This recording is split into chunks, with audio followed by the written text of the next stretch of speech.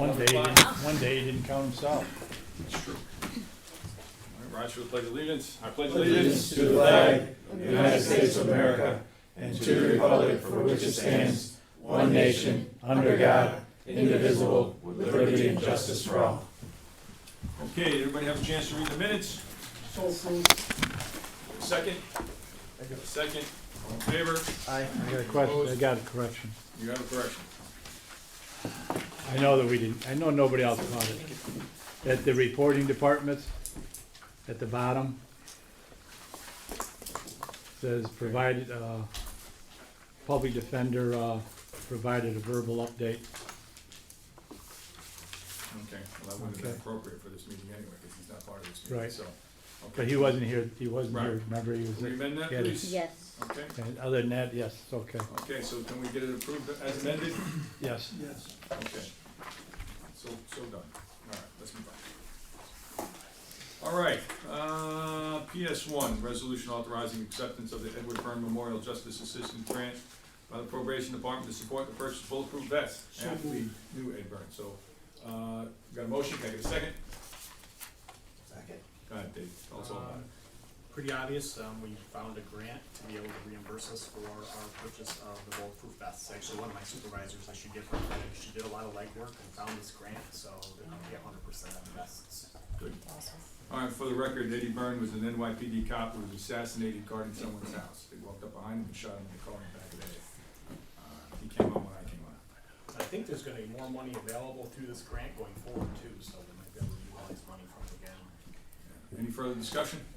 I'd just like to say thank you again for all the hard work. Thank Yeah, I you. mean, I agree with Frank. I mean, people want vests, they feel uncomfortable, they want to feel safe, give them a vest, who cares, right? Thank you. That's what you're gonna pay for. Yep. Any other discussion? All in favor? Aye. Any opposed? Motion carries. PS2, resolution authorizing acceptance of the High Visibility Engagement Campaign Award and budget modification to the Stop DWI program. Can I get a motion? So moved. Second? Got a motion, got a second. Dave, you're up again. Tell us about this. Through Stop DWI, we get federal funds, for a high visibility enforcement campaign called HVAC. Basically, the money comes through us, comes from the federal government, goes to the state government, comes to us, and we pay it to law enforcement to do special visibility, well, it's supposed to be, it's called visibility basically, so they're supposed to be out there as far as the police Yeah, doing high extra visibility, patrols. omnipresence, Right, sure, right. yeah. We had been getting 17,500, this year they actually upped it to 24, so it runs from October 1st through September 30th, and there's 12 different times during the year that it covers, like some of them are a few days, it's all over the holidays, basically, different holidays, like Super Bowl, St. Patrick's Day. Sure. No key spots on anybody down there. Good. Any discussion? All in favor? Aye. Any opposed? Hearing none, motion carries. PS3, resolution authorizing budget modification, E911 overtime. Can I get a motion? So moved. Second? Got a second? Mr. Hill? Go ahead, tell us how you need more money because you don't have enough people. So, One more time. what I've been telling you, so, I mean, fortunately, I was hoping I wasn't gonna have to come back again this year, but, after that meeting, the last meeting that we approved, that was when we lost the last couple people. So, knock on wood, we haven't lost anybody recently, and our recruits did hit the floor for their certified training officer, time last Wednesday, so we're making progress. Hopefully here, right around Thanksgiving time is when they'll start to count, as call takers, and we're doing fire dispatch cross training and county law dispatch cross training between now and then. So we're making progress, but we'll still end up with vacancies when we're done. So Any other discussion? Mr. Steele? It said you still be, even with the 6 that are coming, you'll still be 5 short. correct. Yep. So we're planning after the first of the year. Well, mid-December we'll do interviews again. Early December, somewhere's in there, depending on when we can start our next recruit academy. When we hired the last round, which was in August, we did have 10 people left on the list. We didn't see the names or anything because we didn't get that far down on the list, but there are still 10 names on the list. So hopefully we can find 5 or 6 good candidates out of that to be able to try and do another large recruit academy. But that does come with significant training impact and more overtime next year. And so, Well, you know, you're gonna have to man them, you know, I mean, some way, shape or form, but Yep. will another open house like we did, you know? Absolutely planning on doing that. You know, do another one? Yep, Is they're I think you got a the, ton of them out of the last one, right? yep, which we've continued our social media campaign, which continues to be successful, I believe. And we do plan another open house, for shortly before the close of the, telecommunicator exam, which I think is gonna get posted here shortly. I think we got a date last week. Okay, good enough, thank you. Yep. Thank you for the hard work, thank you. The two that left after the last committee meeting, Mhm. why did they leave? Were they retirements or would they go for another job? Let's see, those particular two. One left for another job. It wasn't retirements. We had one known retirement, one retirement that came out of nowhere. The rest left for other positions. So the most recent two were leaving for other positions. Within the One- county or? One within the county, one went to real property, and the other one for something outside of the county. Was it higher pay? Just blended out. Better hours for the one within the county. The other one was, yes, higher pay Okay. significantly. Thank you. And we did recently lose one of the 7 recruits, came to us from the medical field, went back to the medical field for more money. So out of the 7 recruits we had going through the recruit academy, we're down to 6. Thank you. Okay, just for the record, this is being recorded, right, audio? All right, so this is in the amount of 60,000 that's being moved from salary and wages to overtime. Any further discussion? All in favor? Aye. Any opposed? Motion carries. Thank you. All right, PS4, resolution authorizing budget modification for Sheriff's Office to accept grant funds from Bureau of Justice Assistance for digital forensic. So moved. Take a second. Got a motion, got a second. Anybody wanna explain that to us? Quick.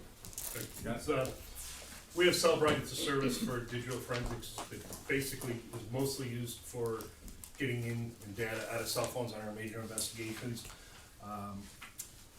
We probably were paying about, I think it was going up to about 10,000 a year. Kate applied for a grant for us on that, and we're getting 65,000 for a 3-year subscription to like their gold package, which covers GPS devices, all kinds of other things for major investigations for 3 years. It's a necessary tool. Good job, Kate. Thanks. We were actually, somewhat limited by what the current subscription was because we only could unlock a certain number of phones per year and we would have to send them out. And there was a backlog, so now we have more unlimited. Awesome. Just an FYI on that too, we have become the agency for this entire county plus a couple other counties now. We're doing all the work on their phones because of this program. Well, if we have the subscription, right, we might as well now, right? So it makes sense. Any other discussion? Hearing none, all in favor?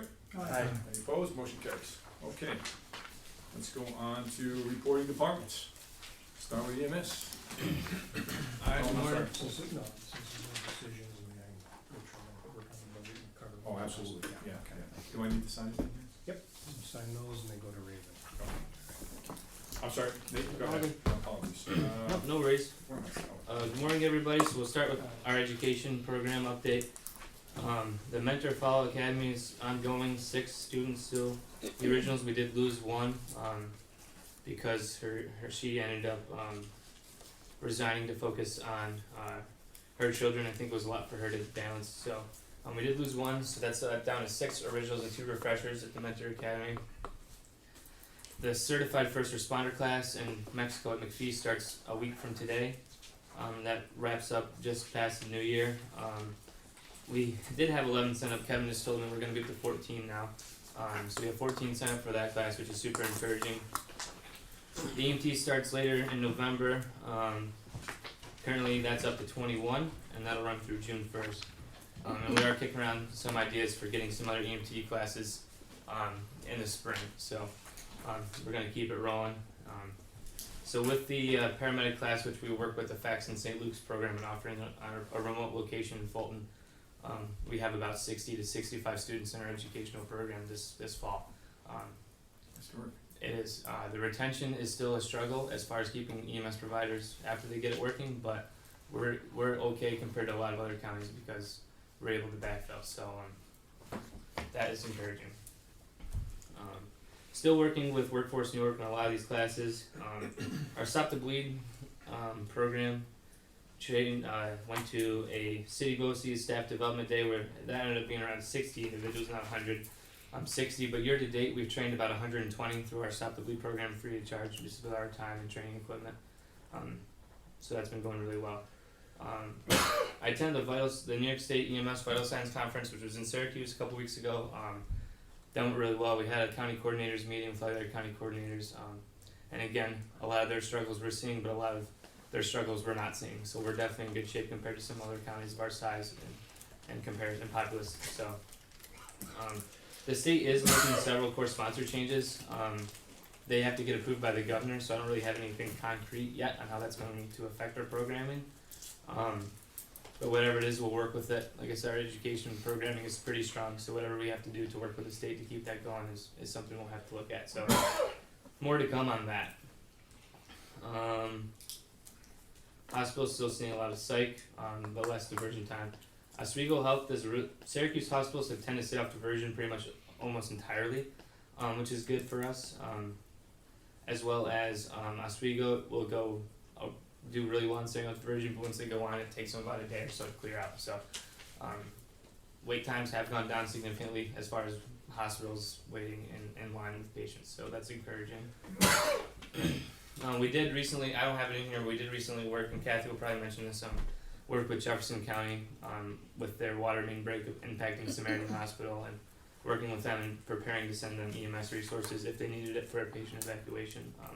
Didn't come to that, but we were working with them on that. So we did just looking through it. Participated in a bunch of different meetings and plans, and basically the only other thing to point out really of note, unless anyone has any questions, is we are still working on the county EMS mutual aid agreement. All the county agencies are on board with signing the plan and the agreement, so they can better work with each other under the confines of that plan and serve our citizens and get them the response times the citizens need. So Very good. it's been very busy. Any questions for me? Mr. Castillo? Are we gonna be able to help, what's the county that's losing their, ambulance service? Cayuga. Cayuga? You, Are we they gonna be able to have, help them at all in any way, shape, or form? so that would still fall under what the current mutual aid policy is. Right, okay, How it works is when Cayuga County is short on EMS resources, they'll still contact Kevin in the PSAP, and then if Mentor or whoever is able to provide mutual aid to Cayuga County, they'll send it if they're able. But they do have to take care of their primary coverage first, and with everyone having the staffing list, it's 50-50 on whether or not they go down to Cayuga. But there hasn't been a direct request from Cayuga to us for supplemental coverage. But if they were to make it, we'd be, working with the EMS agencies and seeing what we can do. we're in pretty good shape, that's why Yep. which is good. In comparison, I mean, obviously Yeah. there's still a lot of room to grow, but in comparison to other counties of size and populace, we're doing, Right. like other counties are seeing like 40-minute response times in round robin mutual aid, and we are not anywhere close to that, so we're doing strong in comparison, so. Okay. Thank you. Okay. Any other questions? Moving on, Kathy? Perfect.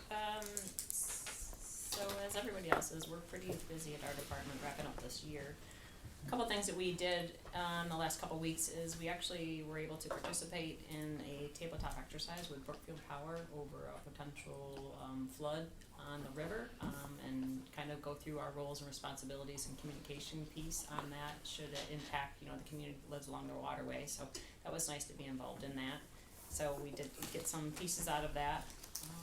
We also participated in a tabletop exercise with New York State as a result of the blizzard storm from Buffalo last year, just to go through, our response to that, and based on the after action report, like what areas could they have improved on. So we were able to kind of bring in our stakeholders and talk through our processes of why we would do that or how we could do it better and what we would do. So that was an opportunity for us to, again, show our response activities as well as our preparation and how we would communicate information to the public in an event before, during, and after. So things are learned, unfortunately, from events that happen throughout the community, whether it's COVID, we've learned many things from that, so unfortunately, a lot of people passed from that.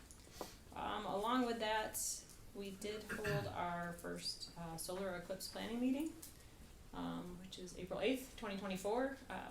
The big thing for that, which are impactful for us, is in the community. I know we have Harbor Fest is our largest event that happens, but we have really no way of knowing how many people will come into the area. So we, between the solar eclipse potentially happening when schools will be getting out, that's a significant thing for us to understand, and we brought schools in to see what they may be doing during that time, because that's kind of when they go home, so it might be worth looking at, changing that process for the day, whether it's a at-home work day, or a leave early day, or a staff development day, so, we put it in their, area to see what they might decide to do, so, our next planning meeting, we're hoping to have some information back to as to, what some of the schools are doing. Also traffic, congestion, I know we do a good job with that, but I would significantly believe that we'd have a lot of people leaving the area once the eclipse is over. As well as the promotion side of that, of trying to get people in for the weekend to spend money and spend time, and so, I think that you're just gonna see a larger, scale event, sort of like Harbor Fest, but also in April, when we don't know what the weather's gonna be like that time of year, the waterways really aren't open yet, so, it'll be interesting to see that, so. More to What come. day of the week is it? It's a Monday. 3:20 in the afternoon. So we've started some of that, we brought in a lot of different stakeholders, state, SUNY Oswego provided us a lot of information. The meteorologist, department out there has a lot of understanding of this impact, so it was good I've to seen have. a lot of interest in this online. There is, Mhm. so more to come on that. We, on the radiological side, we did a personal monitoring center exercise.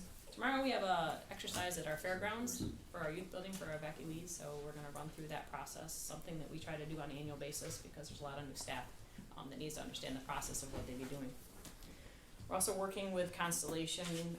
They're looking to upgrade their alert notification system and integrate iPause into that method of notification, so we'll see where that goes down the line. Can you explain what that is? So iPause is integrated public alert and warning system, so that text message that you got across your cell phones about a month ago from FEMA that said this is a test, no action required, that's an example of iPause. iPause goes out to phones, it hits any technology, so TV, radio, phones, tablets, computers, television, so it's trying to get more information out to people in just one manner of, say, the sirens. The sirens is just one method of notification that we use, and we use a backup of HyperReach. So we're working with Kevin on that to see how we can get more information out to the public. Because if you had transient population that was here coming into the town and the sirens are going off, they may have no idea what that means. Our people are pushed to go in, turn on your TVs, radios, and see what kind of information. I mean, we do a good job of community outreach to let them know that that's what the sirens here are for.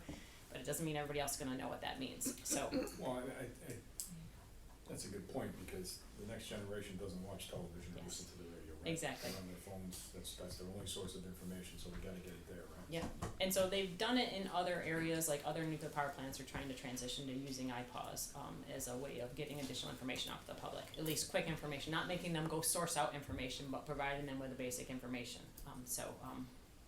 we're looking at that. That's gonna be a long process, but it does look like something that they're looking to move to, because generally when they do it in one plan, it kind of folds down to all the others, so. More to come on that, I'm sure. Very good. We do currently use iPause in our emergency notifications for barricade subjects or things like that. I mean, we fortunately can't use it during like the mosquito spraying down in Toad Harbor when we do a targeted area, notification, because it's not a life safety issue, but anything that is considered life safety, we are able to utilize that, and we do from now on all the time, so. I'll touch a couple things on the drone piece. We did receive another Walmart community grant drone donation of $900. It didn't come in time to get it to the committee, so it'll have to go into December for acceptance, so I'll be bringing that next month when I come. We did have a drone that was damaged during an educational piece about a week or two ago. It's not repairable, so we need to replace it, so we're working with Rich's office to get that on the insurance and get that back. It's one of the reasons why we like to have a backup drone available, because if we take one out, it tends to put a sheriff's unit without a a drone capability. So hoping to get that ordered by the end of the year. We'll see what happens, being that, you know, requisitions are due next week, but I did talk to purchasing about that. We also have transitioned our drone sense software that we use right now gives us viewing capabilities basically of if a drone is up. We've transitioned that to use with Axon Air, so it gives our deputies an opportunity to upload their data into their system. So it's basically allows them to upload the critical evidence into the drone flights. So kind of meshing the two together. So and it ended up actually being more economical to go that route for us. So saving money is a good idea, right? Always. We did add a new drone pilot from the sheriff's department as well. He's currently in training. He did just have one successful mission of finding a missing person. So we've had a couple great uses of the drone lately with SAR, Search and Rescue, about finding missing persons with use of the drone. So really some good success stories with it. And that's about all I have, unless anybody has any questions. Unless you want to add anything on that.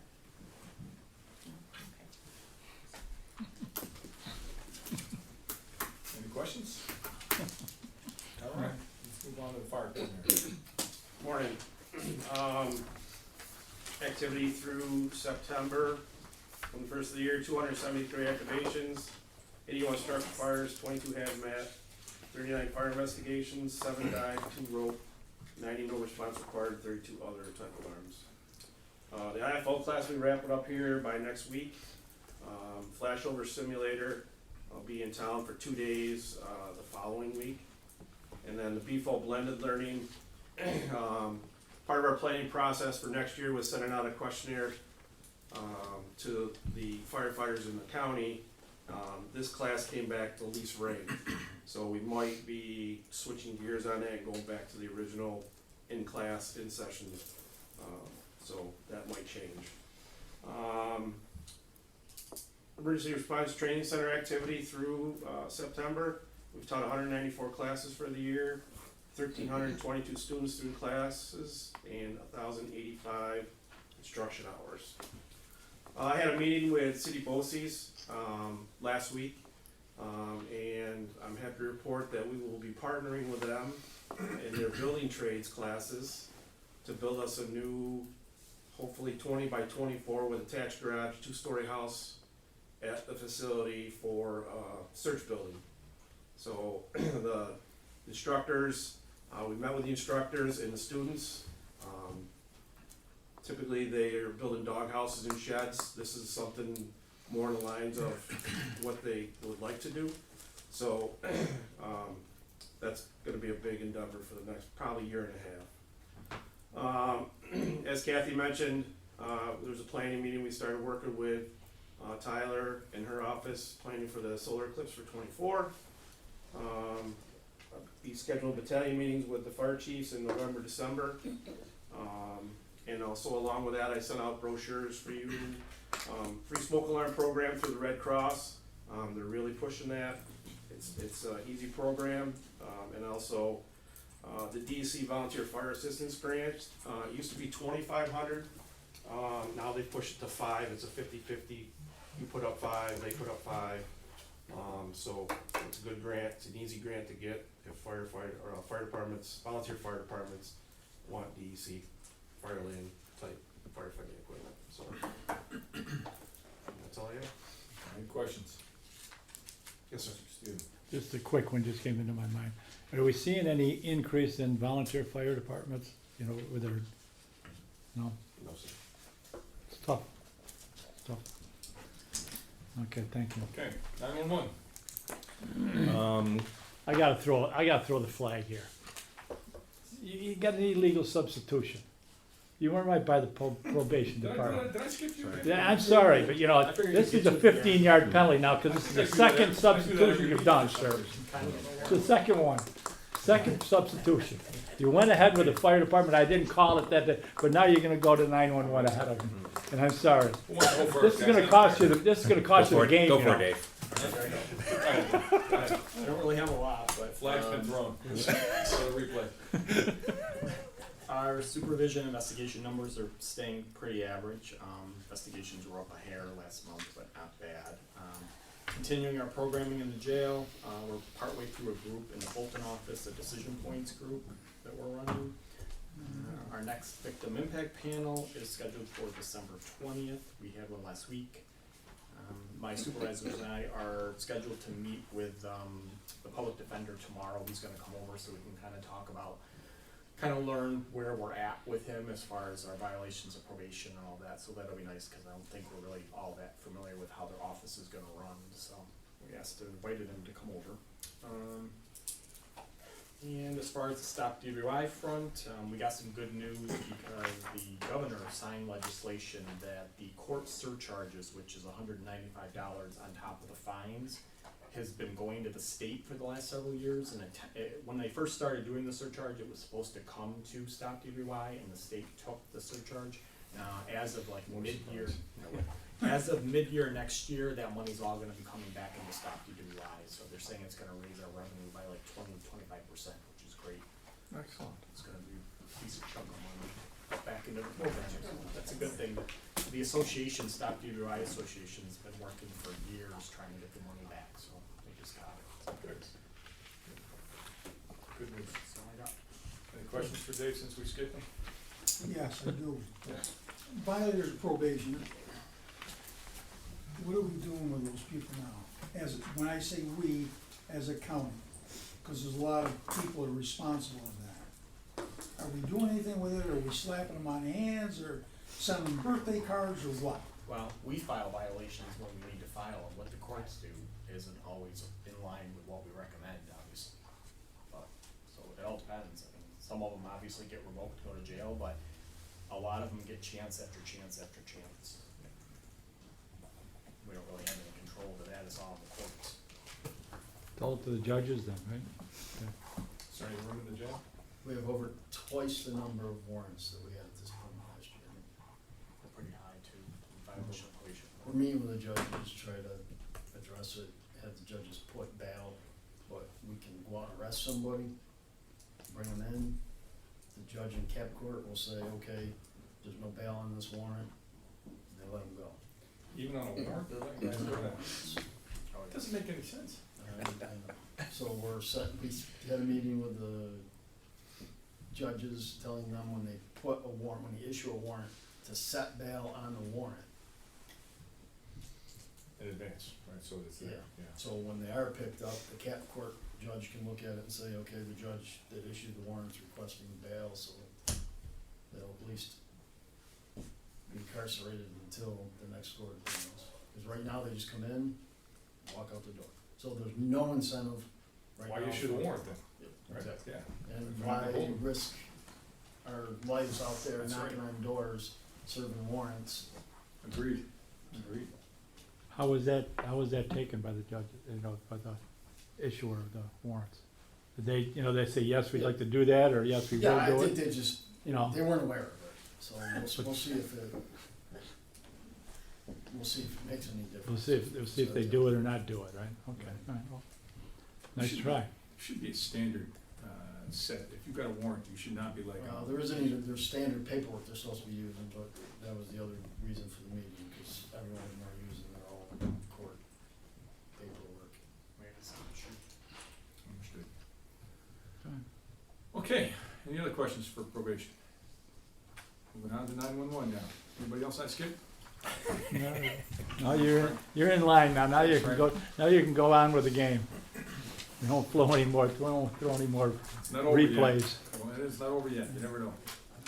All right, so 911 center activity is continues to be high. I did just recently spend quite a bit of time pulling some past data to try and look and see if there's any curves or any rhythm or anything that we can look at, try and offset some of our staffing issues, and it's all over the board. This is higher numbers than we've seen before. It's more intense calls than we've seen before, more advanced, intricate, that we need to stay on the line with callers for longer periods of time.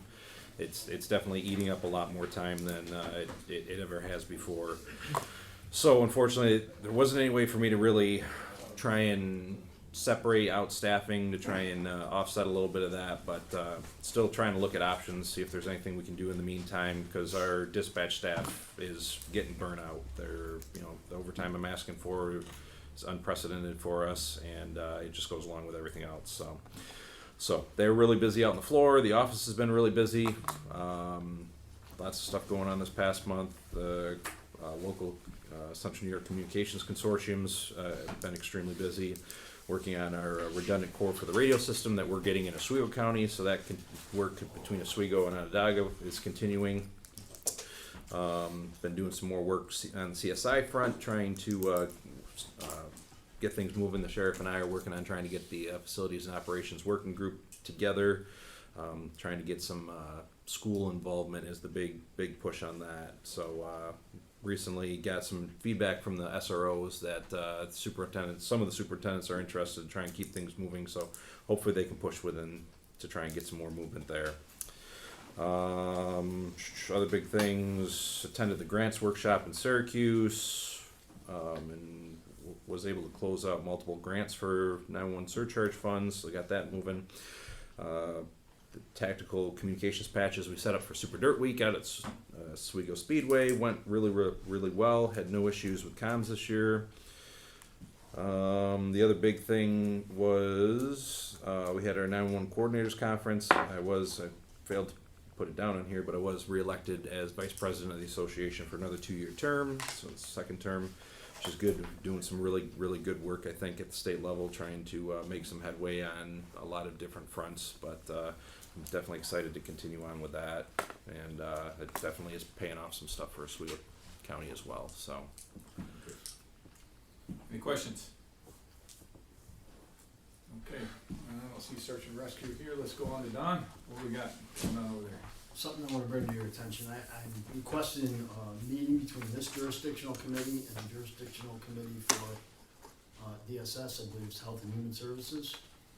I wanna bring something to light, and there's a reason here I'm doing it in a public meeting, is that after the Aaron Maxwell thing, this county was advised to take action on certain issues. May or may not have. After Jordan Burke's death, there was a group that was hired to assess what went wrong. They came out with recommendations. First I heard of that report was in the newspaper, where I was quoted as saying I was putting people out at DSS. I've had 3 meetings with my senior staff with Stacy Alvarez, and they have needs out there for law enforcement. The problem is we can't provide for those needs right now. So the reason I need this meeting between the 2 jurisdictional committees is just to discuss what we're gonna do and what hasn't been done relative to those recommendations. Because what's gonna happen is when it happens again, there's gonna be a call for somebody's head on a platter like there was last time, and quite frankly, it was unjustified. That group out at DSS does great work, but they were not given what they need to accomplish their goals. And we're still in the same situation. And the reason I'm bringing it up here is because I'm not gonna be left hanging when that happens again. And I'm quoted in the newspaper after having never been consulted by anyone about that issue. So I'm asking for a meeting or representatives of these 2 committees to sit down and discuss this and how we move forward to make sure this doesn't happen again. I think that's an excellent idea. I mean, obviously it's an important concern, an issue that we have to address, so yeah, no, we can coordinate that. Okay, and again, I apologize for bringing it up here, but I wanted to. No, this is the place to bring it up. This is it. Let's get it out in the public forum and get it done, so that, it's been brought to everybody's attention, and we'll look into it and see what we can do. What's the big issue? So throw it on the table, since it's here. We don't have the people to put there, is that the issue? Personnel? We, after going out there and meeting, I view DSS as one entity. There's really 3 needs out there. Security for their people responding to scenes. They need investigative for CPS cases, abuse, neglect, sexual abuse, and they need fraud investigators. And we determined that we have 1/3 of the investigators countywide. You put all the agencies together, state police, 2 cities, us, towns and villages, we have 1/3 of the investigators. Right now, we handle 60% of the cases. Child neglect, abuse cases in this county. So if we embed somebody in that agency, whether it's a part-time retired person, which the union's fighting, or if we authorize people and manage to recruit and retain and hire somebody for it, if we put them in there, just like the school resource officer program, where by unintended consequence for us was when we had these SROs in the schools, all of a sudden they developed relationships with these kids, and we went from handling 50% of the neglect cases that came through the schools to handling 95% of them. So our caseload is skyrocketed for CID. And the same thing's gonna happen if we embed deputies or investigators in DSS, the same thing is gonna happen. If an investigator or deputy goes to a scene with a CPS worker and they make a determination, an arrest has to be made, and they call the state police and say, hey, you gotta come over here and make an arrest, they're gonna say, no, thank you, you're there, you handle it. Which means we're gonna go from handling 60% to 95% of the cases. And right now, we're just not equipped to handle that load. I've got some thoughts on that, but we'll talk about it after the meeting. All right, I'll chat about that. Any other issues? What else we got? Kate? Nothing? John? Okay. We have all our females back in county in the jail. We had a couple, we had them all back, I think, last meeting, then we had to send 3 or 4 out. They're all back again, so that's a good thing, we're not paying to house them out. How's the, And what's we our, just had our academy graduated last Friday, so they'll be going on the road, doubling up for FTO. A little bit. how's our jail population holding? It's not full, I mean, we're, I believe we're around 120. So we got a little bit more room. Okay, Mr. Castillo. Several things. One, the SRO, Sheriff, the SRO program that, the only thing I was against when we did it is from outside the county. But as far as having them there, are you seeing a decrease in places that are asking from the sheriff's department? Or, I know we're short people, but that would be a different entity. We're fully staffed right now. I can tell you, we work very well. We just had all the SROs from countywide. Okay, The all only right. place I will say that is a little lacking is the Mexico School District. They don't participate in our program, but even the 2 village PDs, Central Square and Phoenix, they train with our people, we swear them in, they're indemnified. We work very well with those programs. Well, I'm not saying that you're not worried. That isn't my situation is such that, you still have a good, strong showing, because if you've got the people and stuff like that. I agree that it's needed, okay? The City of Fulton, I know, is looking to get, an SRO in every building, Yes. okay? And I don't know if their police department is shorter manned than you guys are. They're like us, they're highly Yeah, retired. Right, okay, so that's good, but, and glad to hear that that's still going good for you. The thing that you just brought up, okay, I did not see the quote about, that you had said anything like that, but, and yes, there are recommendations that were said was supposed to happen, okay? But as far as, they're looking for accountability, okay, at that, that level, and I still stand behind what I asked for at that time, okay? It's not any deterrent, anything that look at the police department or the rank and file, okay? That's not what I'm looking at, okay? But I want you to know you guys do an outstanding job for everything that you're doing with. And I, stand behind you guys 100% of the time. I Okay. appreciate that. Okay, thank you very much. Any other questions or comments? Look for the appropriate motion to adjourn. Motion adjourned. So moved. Okay, adjourn. Thank you. Everyone takes off.